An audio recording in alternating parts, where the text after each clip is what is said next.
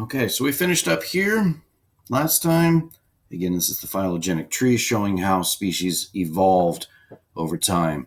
You have bacteria, archaea, and eukarya are the major groups within the phylogenetic tree.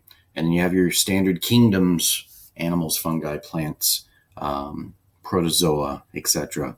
within these. All right. From there, we started into chapter 2. We talked about chemistry. Again, some important terms here. When you see these terms, that you should have an idea what they are. If not, make a note and come back to them. Atoms, within the atoms, the nucleus, which contains protons, neutrons. You got your electrons, molecules, elements, and the atomic number and atomic mass. Again, terms we've talked about. They've shown up in the homework. I don't think I specifically referred to the octet rule or valence electrons maybe in the homework. It's been a while since I looked at the chapter 2 homework, but electrons are how bonds are formed, how different elements create compounds. The valence electrons, the outermost shell, is what determines what an atom can and cannot bond with. The octet rule says they want to fill up that outermost shell. For hydrogen and helium, there's 2 electrons in the outermost shell. All other atoms have 8 electrons in that outermost shell. They either want to gain up to 8 or they want to shed. If they've got 3 or less, they tend to shed electrons.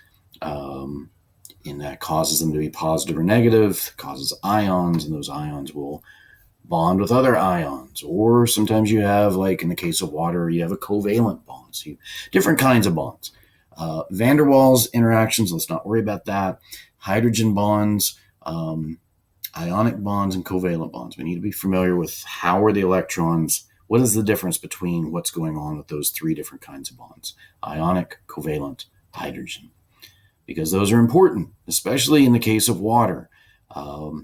Water creates polar molecules, meaning there's a partially positive side and a partially negative side. The oxygen, the electrons like to hang out with the oxygen more than they do the hydrogen atoms within a water molecule.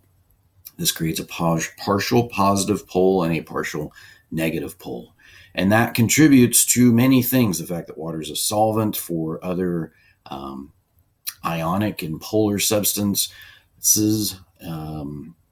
Hydrogen bonding, it contributes to hydrogen bonding, a positive hydrogen interacting with an electronegative atom like oxygen on another water molecule. Surface tension as a result of this. Water has a very high specific heat content. And then also be familiar with what is pH. What does it do? What does it measure? What does it mean for something to be acidic or basic? What does that mean on the pH scale? Okay. All right. So, again, take notes on anything that's not ringing a bell, but all these, and feel free to take notes on everything. By all means, feel free to pause this video. You can slow down the playback speed if you ever figure that out. If I'm being too wordy, you can speed up the playback speed. Steve, I don't have 20 minutes to sit here and listen to you. Well, speed it up. That's fine with me. It doesn't bother me. Carbon. So we talked about water, why water is important for life. We talked about carbon. Why is carbon so important for life? We have what we call organic molecules, and that's partly on this basis that carbon has 4 electrons to share. That means you get really complex hydrocarbons or other biomacromolecules because that carbon can bond with so many different things.